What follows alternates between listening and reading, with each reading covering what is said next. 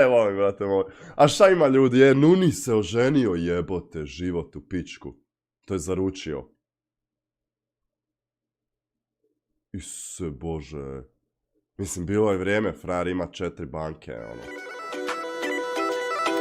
Realno.